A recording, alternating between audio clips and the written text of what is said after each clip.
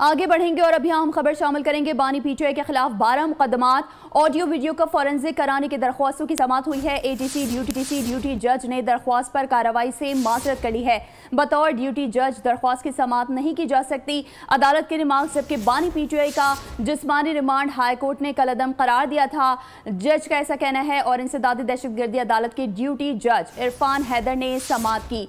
बानी पीटीआई के खिलाफ 12 मुकदमात ऑडियो वीडियो का फॉरेंसिक हुई है। एटीसी ड्यूटी जज ने दरख्वास्त पर कार्रवाई से माजरत कर ली है। बतौर ड्यूटी जज दरख्वास्त की समाअत नहीं की जा सकती। अदालत के रिमार्क्स जबकि बानी पीटीआई का जिस्मानी रिमांड हाई कोर्ट ने कलअदम करार दिया था। जज ने ऐसा कहा है और इंसदादी दहशतगर्दी अदालत के ड्यूटी जज इरफान हैदर ने समाअत की है। तो आपको इस वक्त अहम खबर से आगाह कर रहे हैं। बानी पीटीआई के खिलाफ 12 मुकदमात ऑडियो वीडियो का फॉरेंसिक कराने के लिए दरख्वास्तों की समाअत हुई।